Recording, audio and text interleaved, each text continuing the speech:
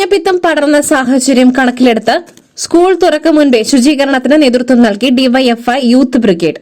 Edakkara government ഹൈസ്കൂളിലെ water ടാങ്കുകളും പരിസരവും youth ബ്രിഗേഡിന്റെ നേതൃത്വത്തിൽ ശുചീകരിച്ചു. കിഴക്കൻ മലയോര മേഖലയിലെ എടക്കര, പോത്തുകല്ല്, ചാലിയാർ പഞ്ചായത്തുകളിലാണ് മഞ്ഞപ്പിത്തം ബാധിച്ച് മരണം സംഭവിച്ചത്.